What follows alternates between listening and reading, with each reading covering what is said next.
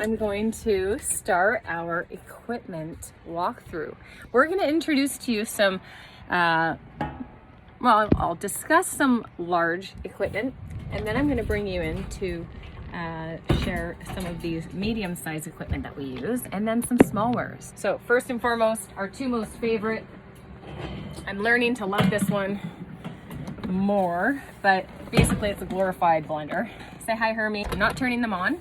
I'm just going to introduce them as what they are and how they work. Always make sure that when you are cleaning or doing anything between jobs, you remove the power from the power outlet of the wall safely. Make sure this is an adult, definitely. So children, please get some help with this. And yeah, safety first, all the way. So this is Hermie. He chops, he blends, he goes from 0 to 10, and from 8 to 10 is basically chopping. There's a bunch of attachments that can go on Hermie, and then he has basically this really neat little plug there, but don't get anything in there. Don't let anything drip.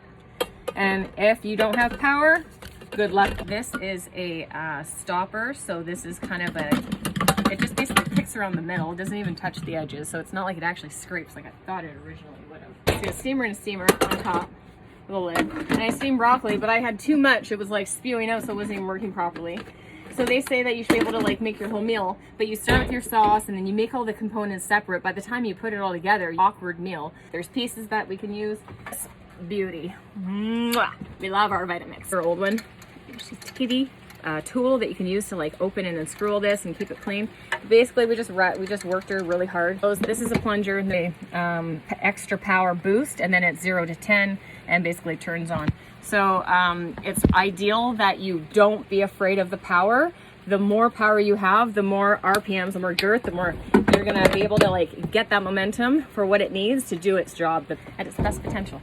This is the Dehydrator. It has its own settings there. So I've got it on just over the lowest. It's at 105, and I've got it on for another 18 hours. I basically just crank it on, and then once it's there, it's there. And I just watch and monitor. Yeah, look at that one. Oh yeah, oh yeah, oh yeah. This is our KitchenAid. This is how you grab her.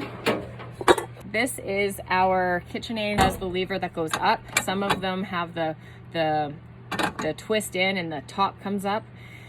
I think that would be more mess. There's a little nub here at the end, and then there's two on the sides that basically go into the two and then the end. So you find your little nub, and then I'm doing this backwards, so there we go. And then your attachments.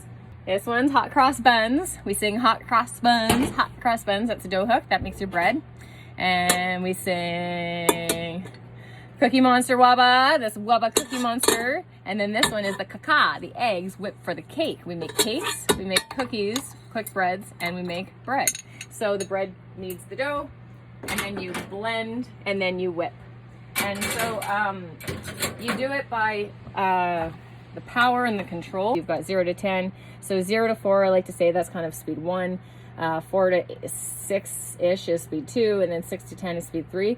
I always suggest when you're going on high, kick it to number 10 and then back 1. This doesn't have a guard. Some of them now have guards, and a lot of the ones we have in the industry have guards. However, this one does not. So keep careful for your fingers. Only one person use the machine at a time. So this is an ice cream attachment. I have the bowl in the freezer. We have a special bowl that's one of those thick lined with the jelly liquid. So it stays in the freezer. It comes on over when you're ready. I pointed little arrows here, so when I'm in the dark, I can see this. It slides right on, and then I put the bowl right in. I line this up like that, and then we line up, and it goes on, and then basically the bowl is a bigger bowl, so it sits perfect.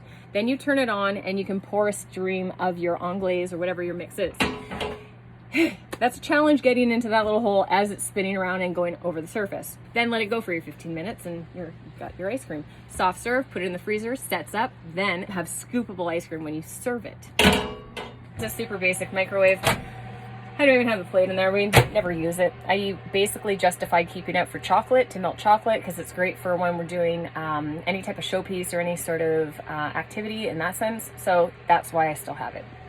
This is a toaster oven, new coffee maker, and this is just like a picnic thing. Bamboo baskets. This is These are bamboo baskets, and you stack them and you put them on a pot on water and they steam for a lot of Asian cooking. You can use it for anything. It's just big steamer baskets. Doesn't have to be Asian style cuisine. Tyler has a knife belt here. This is basically a knife roll, knife belt, has some knives in there. All right, so we have a big barbecue downstairs, bonfire, really cool old school grinders, right? This is for strainers. This is another really big one. So those go on the edge of your table. You know, these are little claws to pick up and clamp up, and we've got a couple big mallets. So this is where the badass been, you know, guys. Smoker stuff. Barbecue downstairs. This stone, you know, barbecue little thing. We've used it as a smoker. Weber, which we love. So attachments for the KitchenAid. We have two, and it's a stand mixer attachment. Basically, it slices, shreds, and makes pasta. Haven't really used it yet. I've had this stuff since my early 20s, okay? Like, seriously. This one I got for my friend Casey's wedding. It justified me doing ruffles for a cake. This goes on to the front of the KitchenAid, onto the nose, and basically your pasta goes through. Here's a good old-fashioned waffle maker. We use it all the time. It makes the absolute best potato waffles. Take your extra mash, any type of root veg, are delicious. Do it. This one's like, you know, pretty old school, but it's kept up, right? So this plate can come off, but basically this opens up here. And what you do is you take your butane, there's some in this. It's not full, but some in there. And it has a notch. This notch is what your lever needs to match right there. So that little hole goes, slide it in. So you just put it in where the lever notch lines up. That's it. You don't have to move this, just put it in. I'm just trying to show it to you. Push it down, lock it in, and it has to be on off. If you're fighting it and it won't work, it's because it's not on off. And then you close it up and you rock and roll. Click, on, turn down. In control. How low? How low can you go? How low do you want to go? Right, so it's all in the control. Use your eyes, get low, pay attention. Off all the way, I turn it all the way, kicks on, I turn it low. Okay, done. When you're done with it, guess what? Take the butane out, and then you can start away. This is an Icewand. Funny enough, we have one of these. So what this is it's a big ice cube. You fill it full of water. You make sure it's very clean and sanitized. You fill it full of water. You put it in the freezer. Big pot of a soup or a stew. You can put it in as an Icewand. When we cool down food, it's super crucial that we rush it as fast as you possibly can through the temperature danger zone. The temperature danger zone is from 4 to 60 degrees Celsius, 40 to 140 degrees Fahrenheit. 0 is frozen, right? And minus 20, right? So you've got these margins that you can match. And then at 100, 100 is boiling, and so is 212 Fahrenheit. When you think 350 degrees Fahrenheit in the oven is a common, 180 Celsius, half of it, ish. Anybody like ice cream cones?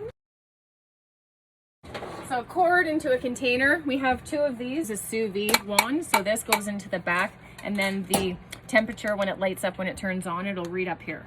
So this is basically a glorified, very small hot tub.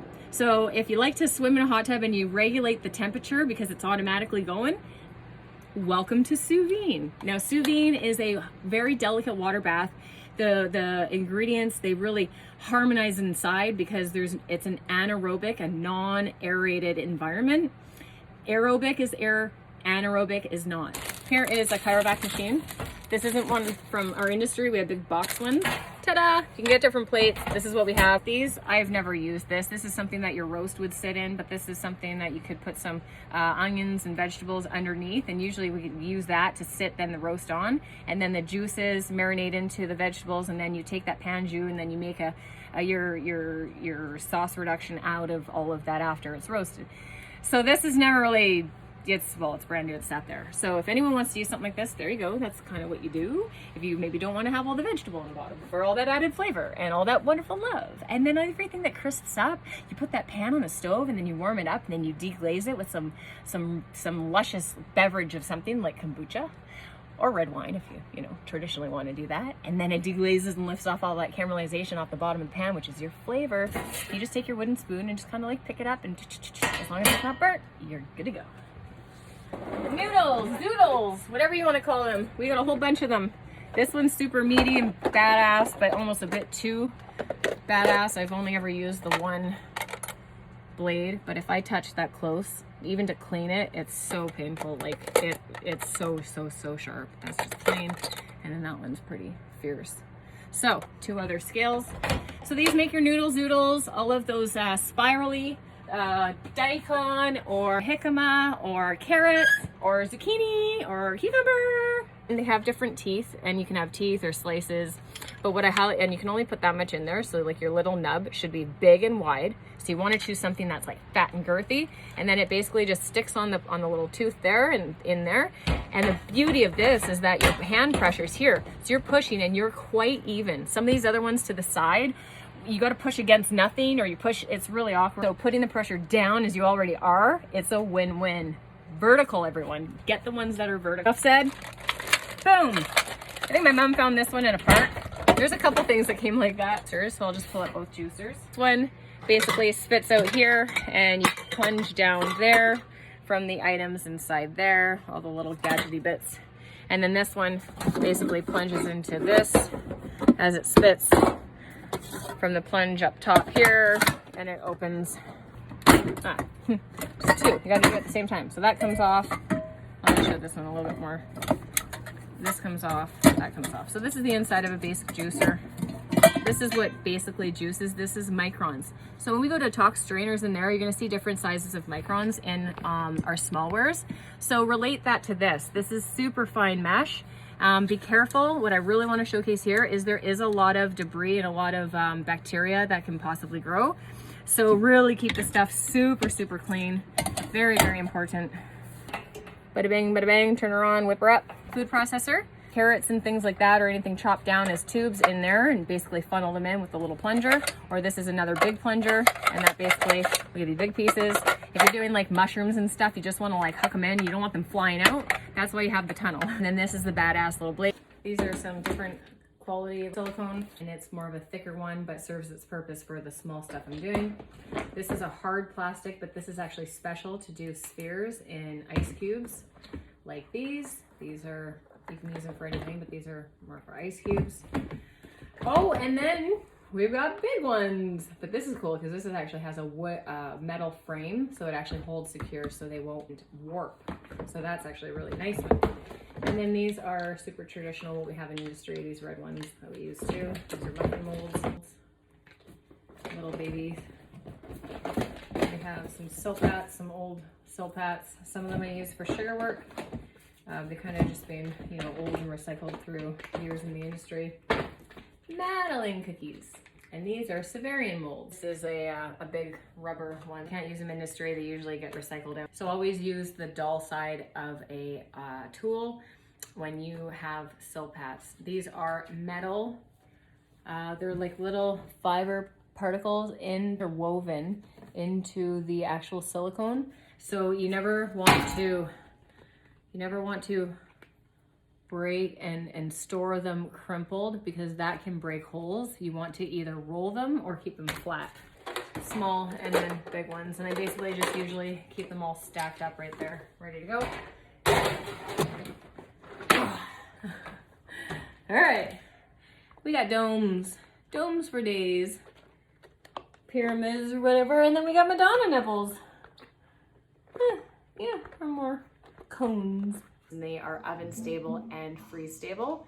Wash them with soapy sudsy water, give them a good rinse, let them air dry, and then you can stack them up. This is a riser that Tyler uses underneath his cutting board, and that he'll secure around, and that is an elevated riser, so it helps support his back. I have more dehydrator sheets with their little mesh films. I'm saying these little guys are great because they're little popsicles, and then they have the catch drippy bit. So that was really cool. These were the reusable and were fun and cute. Mesh bags are fabulous. I highly recommend the mesh bag. We did a lot of frozen ice for his teething. All right, we're gonna talk sheet pans next. So this is a full sheet pan. Okay, this is known as a half sheet pan. So 2/2 is 1 full. Quarter sheet pan. Silk pan, quarter sheet pan. The full hotel pan, and there's 2. The bottom one is 6 inches deep, and this is a 4-inch deep. This is technically known as deep, and that's an extra large deep. The regular size is actually 2 inches, and we don't have any of those. There's also perforated ones that have holes in them for steaming, and these are metal, and then there's plastic. Okay, so this is a 1/2, right? That one there. This one is a 4-inch regular. The other one would be known as shallow, and that's a 6-inch deep. I know, right? These are thirds. Third, 4-inch, this is regular. The 2-inch would be known as a shallow, and the deep, it'd be a deep 1/3. So that's a deep 1/3 compared to that one. Okay, so you can see the difference.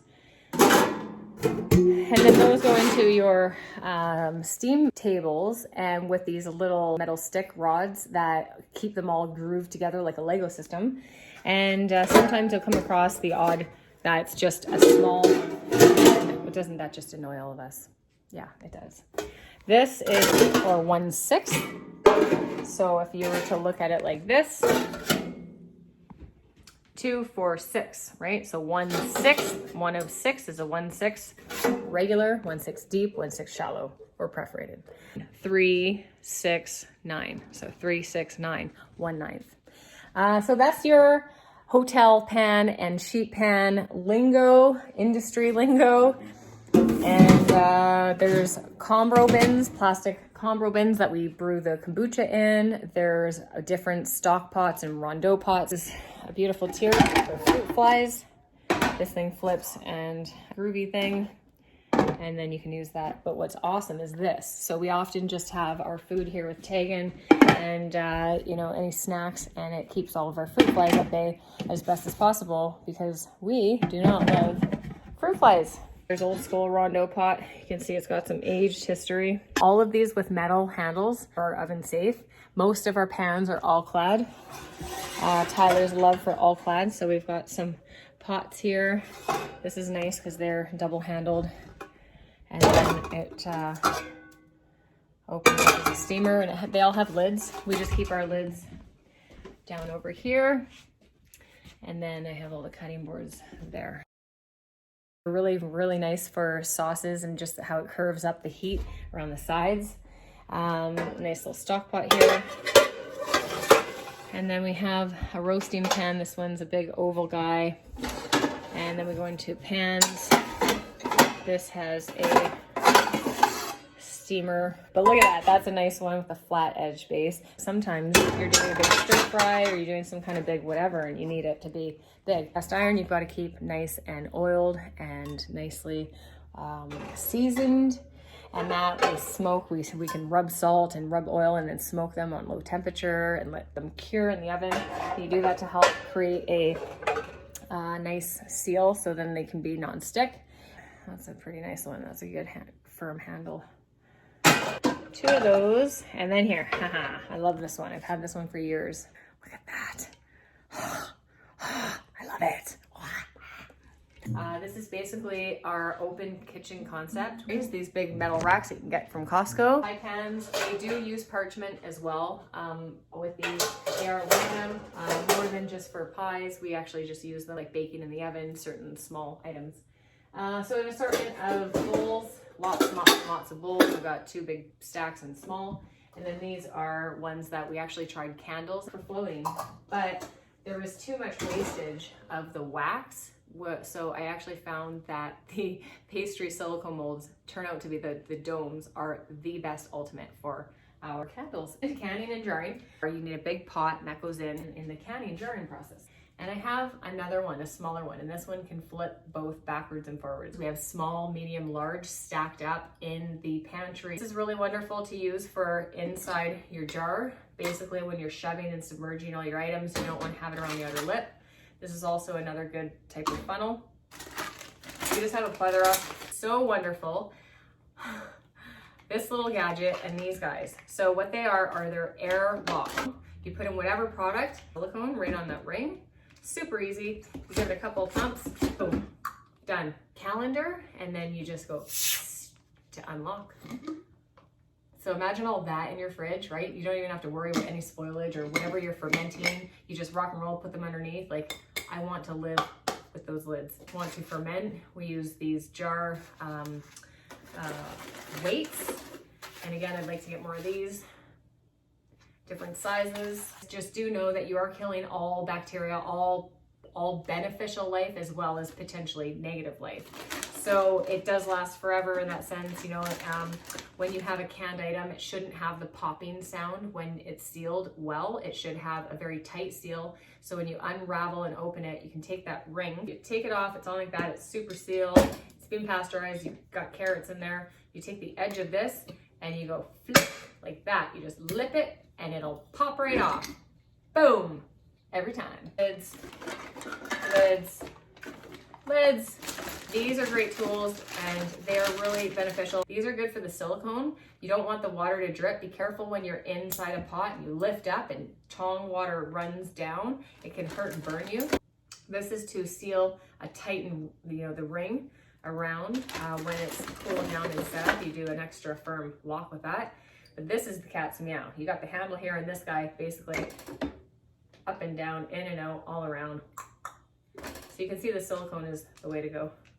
This is a splatter guard, but I often use it when I'm outside on the deck cooling down food. So you want to move through that temperature danger zone fast, always.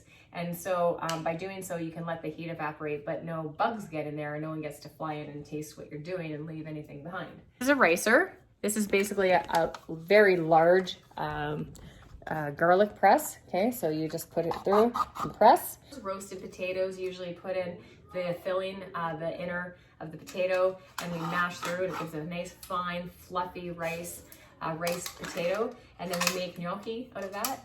Fine mesh strainers, really nice ones. Lots of small ones. So the rule is to keep these nice and beautiful. Always wash things fresh. If you wash fresh, then it shouldn't give you some problems. This guy is one of our favorites, and look how big she is. Wow! Thicker mesh strainer, super meaty, great in buckets and bins. Now, be careful with anything hot. If it's too hot for the bucket, it can actually burst holes through. This is a really, really nice mesh strainer too. And then that's just an extra protection for the wired mesh. So it's sometimes annoying when you have that, but this one's actually not bad. These other ones, like this one, depending on what product you're doing, I would stay away from this, but sometimes you need that extra support. It won't push through and have the problem because now it's right there where it's all frayed. So that's not good for us because then that starts to get into your food. So instantly when you start to see that, sorry buddy, you're on the way out. Safety first. We have a paddle here, rulers. This is a very meaty, this is really, really nice for ginger and things that are frozen. And it's badass, it can hurt. So I often recommend always use gloves. And it's at least for that one hand, because if anything, if it nicks you, it's gonna nick the glove first. These are microplanes for our zest, for citrus zest. Mandolines. So got a whole bunch of different wired racks here. We just picked up these ones. And that's to grind down your herbs and spices manually. This is a butter dish. Picked up some small racks. They're really great for when you're plating. And I've got another torch here. That's a torch. And the pastry roll, we use that a lot. And I have two graters. This one's a box grater, and this does really nice ribbons. There are two different immersion blenders sit. And coffee grinder or spice grinder. Just extra for these. Those are the guards and the blades for those. These are nutmegs. I wanted to save and show these. So I hope you can see through the light, but there's a lot of impurities and debris in the actual seam. So I don't recommend, and they kind of start to smell funky. So I don't really recommend it. This one's a new one. But again, I'm gonna go use it a couple times and it'll be done. Corn in the cob.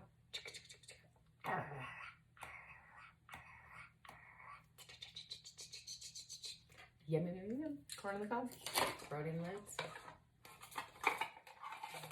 And we go with mason jar tops. We are sprouting wheatgrass and radish.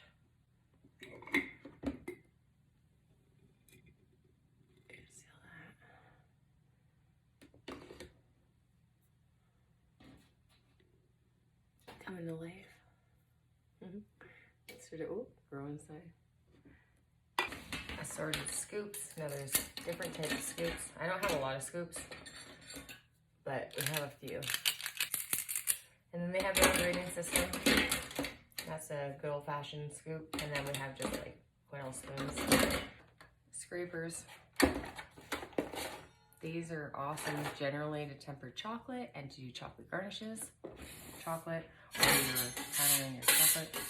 But this is also for if you were to have like spread out chocolate, you can do little cigarettes, little tubes of chocolate. The difference of a comb like this and a comb like this is that basically cut off the ends with an X-Acto knife, and then it can draw space between on your acetate sheet, and you draw chocolate down the strip and then curl, and you can do curls.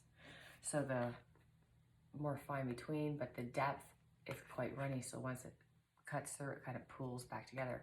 So when you trim those away, those don't need to be trimmed, then you get more space. So you go from like really pointy. I hope that makes sense. This is for like buttercream, old school metal. You dip it in hot water and then you can glide on the side of cakes, chocolate ganache. This is perfect for bowls and the curvy, firm. We have lots of different textures, but this has gotten a lot of work out. Curved around folding mousses and triangle ones. The ones, and these ones have different grades. For the most part, they're all the same. Otherwise, you know, some are homemade. Make it homemade out of, I don't really use this, but there's another one, bench scraper that I've had since my culinary apprenticeship. Sometimes just don't die. It's been with me forever. These are all the plain ones. Yeah, I got a few brushes. Yeah, they've added up through the years too, but I mean, between Tyler and I, and honestly, you buy them when you're buying a few paring knives, you're buying piping tips, you're buying certain stuff that you buy and have again, and you stash them away, and then you hoard onto them, and then, you know, you lose some and you gain some, and that happens, and like, yeah. Anyway, so brushes, keep them clean. They all smell fine.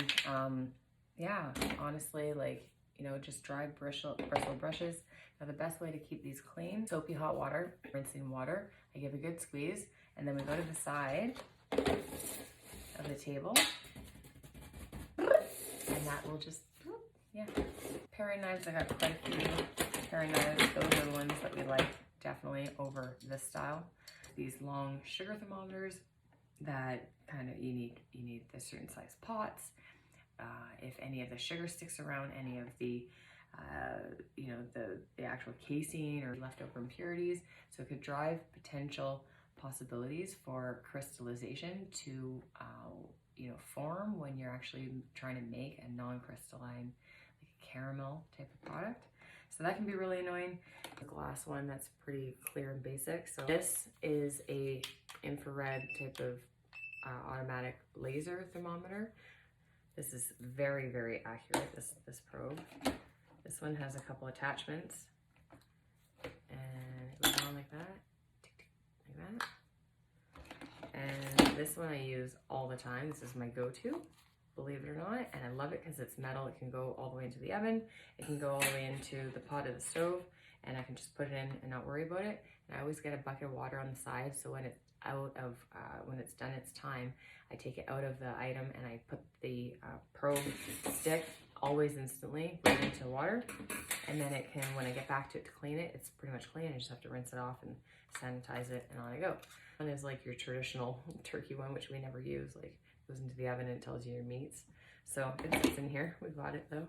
And this one usually we have on our jacket from digital over manual all the way. Dry measures. You sift, you scoop a flour, you take another flat or a spatula, you level off, and then that is a pure accurate scoop of a dry ingredient. And then you would press in for brown sugar, makes like a sand castle. That's a true read when that's leveled off. It's a liquid measure. Those are dry, and these are small measures. And liquid and dry use interchangeably when they're so small. And oil to water to milk, whatever type of milk, cream, coconut cream. So they all have different weights being a liquid, so they're super deceiving. Double check yourself more accurately. And when you're measuring from a scoop, you can just kind of like trickle in the last little bit to get your final accurate reading. Most of them go to the 1 gram. You can then buy a micro scale and use a micro scale that is for your smaller, if you're doing anything more meticulous and you need that. So that will do the micro. And then you have, this one goes up to 10 kilograms, which is super cool. And actually, this is an OXO one.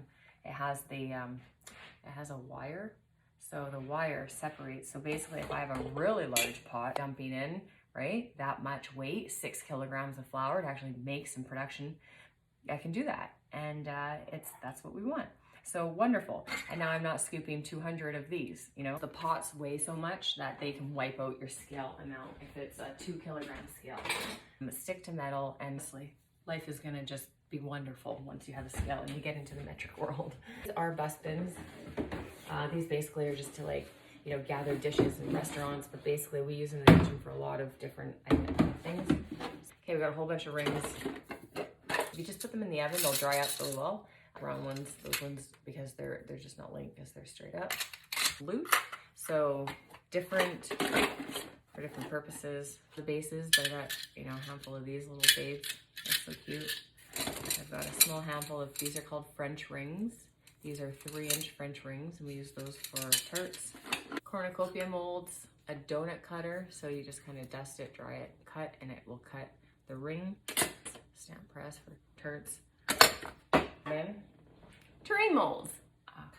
Stainless steel, very heavy stainless steel. That's sort of a thing for saving wood dowels. This is a silicone. I even have ones I haven't opened. This one has just, and I look forward to using that more often. I have 2 of these. This one doesn't roll and separate, so the whole thing you just kind of have to roll around. And super gritty. I can't wait to use that. This was probably used a lot for marzipan back in the day. This is a cheaper version, not very good, so wet to a point and then curves down.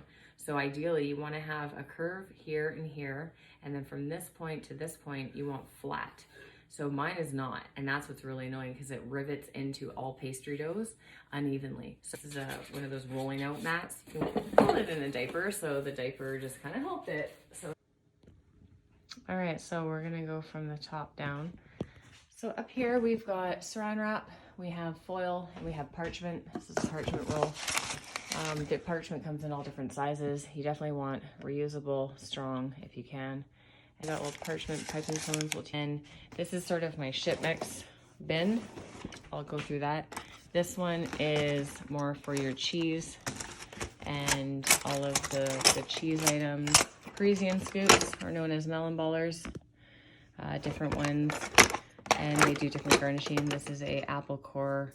This is a zester called a channeler. So this goes down the side of like a zucchini or a carrot or a lemon, and just, so it kind of just like a cheaper version here compared to that other one. Squeeze bottles, just a whole bunch of different types of serving utensils. We go into a cutter, pizza cutter, fluted cutter, and it's my docker. It's perfect for docking dough.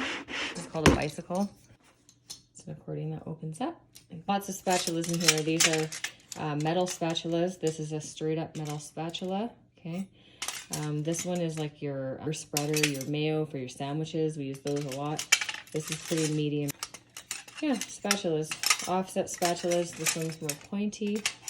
Offset meaning it's offset, so your fingers can kind of go this way. Some of them are super soft. Some of them are more firmer and more straight and flexible. So, you know, some are just more flimsy, like this one's super flimsy. The paring knife bin. So be careful putting your paring knives into the oven. This was on the side of a pan.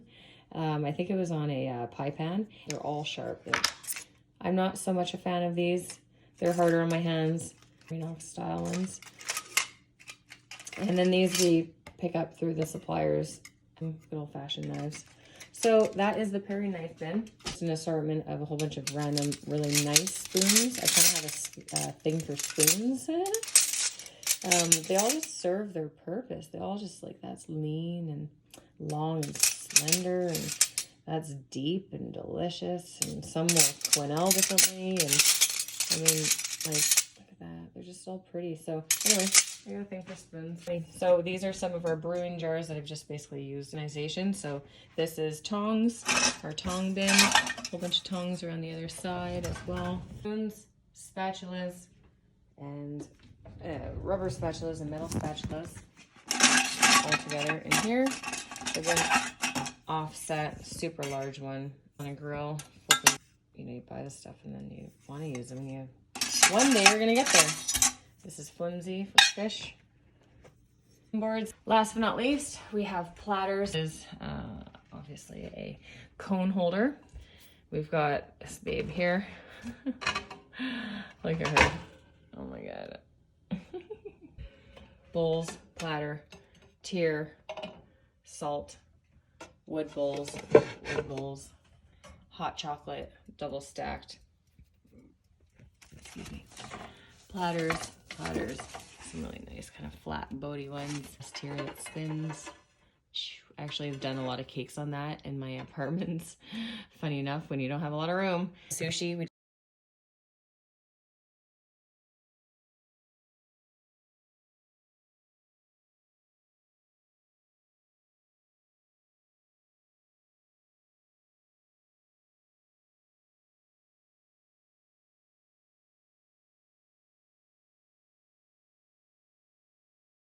This is a tagine. We do a lot of reheat in here. Put a lot of stuff in here, and then we close it up, we put it in the oven, and it steams in so nice. And so we're going into jelly mold production now, and we're just going to do a couple rounds of jellies. Oh, this is perfect to share to finish up. This is the tool that we bought for the Vitamix. The Vitamix is, so this opens and unscrews. This is to wrap the waffle cones that we egg slicer. I've been doing avocados with Tegan with that too, which is so fun. He loves it. Cherries, pasta, frother. That's how you want to have your coffee. Can opener, bottle opener, tweezers, lime, lemon, juicer, shucker for oysters.